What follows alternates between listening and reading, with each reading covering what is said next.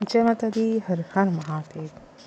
अगर आपके पास कोई दिव्य शक्ति आ चुकी है तो आपको क्या अनुभव होंगे? आप कैसे पहचानें कि आपके पास कोई दिव्य शक्ति आ चुकी है? जी हाँ, आज का टॉपिक यही है। वीडियो शुरू करने से पहले अगर आप मेरे चैनल पर पहली बार आए हैं तो चैनल को सब्सक्राइब करें, साथ ही साथ नोटिफिकेशन बेल को भी प्रेस कर दें, जिससे आने वाली वीडियोस का नोटिफिकेशन आप सभी को मिलता रहे, क्योंकि मैं डेली ही माता काली और भक्ताई से संबंधित ही वीडियो इस चैनल पर अपलोड करती हूँ। तो आइए शुरू करते हैं आज की वीडियो। देखिए, जब भी आपके पास कोई शक्ति आती है, आपके पास कोई पॉजिटिव शक्ति आती है, कोई पॉजिटिव ऊर्जा आती है, तो आपको अलग अलग अनुभव प्राप्त होते हैं, जिससे आप ये जान सकते हैं कि आपके पास दिव्य शक्ति आ चुकी है। देखिए, मान लीजिए जैसे आपके पास दिव्य शक्ति आ रही है माता काली की, या दिव्य शक्ति आपके पास आ चुकी है, तो आप इन लक्षणों से जान सकते हैं, इन अनुभवों के साथ जान सकते हैं कि आपके साथ दिव्य शक्तियाँ जुड़ी हुई हैं, माता की शक्तियाँ जुड़ी हुई हैं। तो सबसे पहला अनुभव क्या होता है? आप पूजा के दौरान जब आप पूजा पाठ करते हैं और आपको लगता है आपको बहुत तेज तेज उबासी आने लगेंगी, आपका शरीर भारी होने लगेगा। जैसे ही आप माता के मंत्रों का जाप करेंगे या माता का आप ध्यान करेंगे, तो आपके शरीर में एकदम से सिरहंसी होने लगेगी, आपके शरीर में एकदम से करंट सा दौड़ने लगेगा। जो भी माता काली की शक्ति होती है, जो भी माता काली की ऊर्जा होती है, वो एकदम से एक्टिवेट हो जाती है। और एकदम से जब आपके शरीर पे एक्टिवेट होती है तो आपके शरीर पे वो चीज़ें महसूस होने लगती हैं।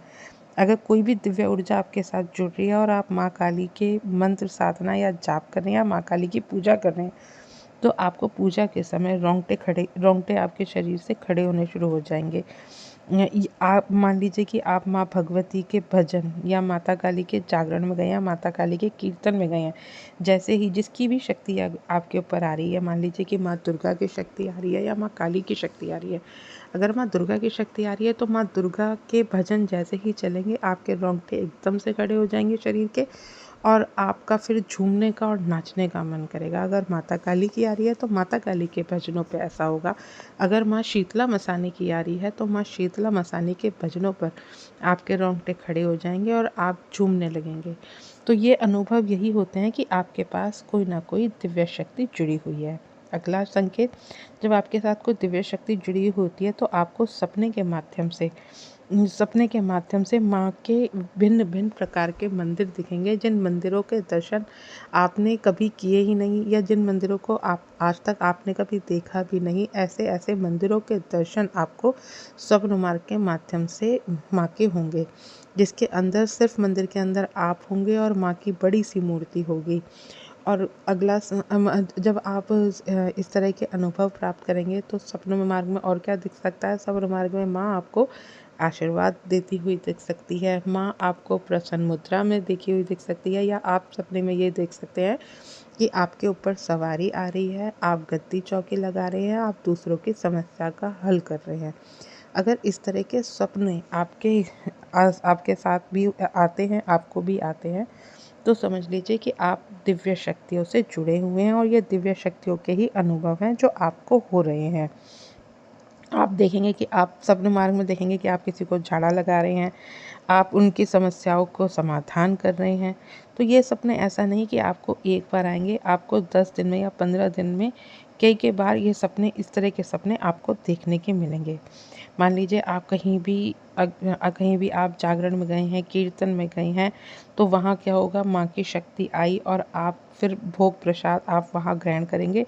जैसे ही आपने माँ के भजन सुनने शुरू करे, माँ का गुणगान सुनना शुरू करा, तो आप झूमने लगते हैं। कई बार क्या होता है, आपको बार बार ऐसा लगेगा, जब आप मंदिर, अपने घर के मंदिर में आप पूजा पाठ कर रहे हैं, तो आपको बहुत सुंदर केवड़े की खुशबू आ सकती है, बहुत सुंदर गुलाब की खुशबू आपको आ सकती है, बहुत मनमोहक सी खुशबू आ सकती है जब आप माँ के मंत्र जाप करते हैं। या आपको लगेगा कि माँ आपके पीछे खड़ी हैं, कोई ना कोई शक्ति आपके पीछे खड़ी है जब आप मंत्र जाप कर रहे हैं। मंत्र जाप के समय आपको ये अनुभव भी हो सकता है कि आपके ऊपर, जब आप मंत्र जाप कर रहे हैं, तो आपको बहुत ठंडी सी हवा का झोंका आपको महसूस हो सकता है, जो आपको आप स्पर्श करके गया हो। इस तरह से आपको अनुभव होंगे जब आपके साथ सच्ची शक्ति होती है, जब आपके पास दिव्य शक्ति होती है। तो इस तरह के दिव्य अनुभव आपको देखने को मिलते हैं जब आपके साथ इस तरह अच्छी वाली शक्ति होती है, जब आपके साथ दिव्य शक्ति होती है। तो जब हम पूजा करते हैं तो हमारे घर में ऐसा लगता है कोई शक्ति घूम रही है। आपको ये आभास होगा। आपको पूरे घर में जो माता का साधक है, जो माँ की सेवा आराधना पूजा कर रहा है, उस साधक को ही अपने घर में बहुत सुंदर सुंदर फूलों की खुशबू आएगी, जिसमें कि उसके घर में उसने ना कोई परफ्यूम यूज़ किया है, ना कोई सुगंधित फूल वहाँ रखा है, लेकिन फिर भी उसको अपने पूरे घर में बहुत सुंदर खुशबू आएगी। और ये सिर्फ आएगी उसी साधक को जो माता की सेवा करता है। और उसे हलवे की खुशबू अचानक से आ सकती है। अगर ये चीज़ें आपके साथ बार बार हो रही हैं तो आप समझ लीजिए कि माता की शक्ति आपके साथ है, माता की अच्छी और दिव्य ऊर्जा आपके साथ है।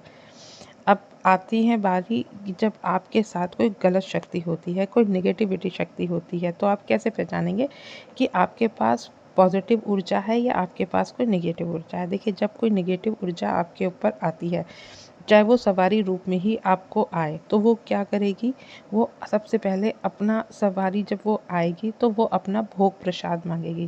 देखिए, जो बच्चे गद्दी दरबार लगा रहे हैं और वहाँ पे जब माँ की सवारी या किसी भी शक्ति की सवारी आती है और वो भोग प्रसाद मांगती है, वो वहाँ का मैटर अलग होता है, क्योंकि वहाँ पे शक्तियाँ बहुत प्रचंड रूप से चलती हैं, वहाँ पे शक्तियाँ सिद्ध होती हैं।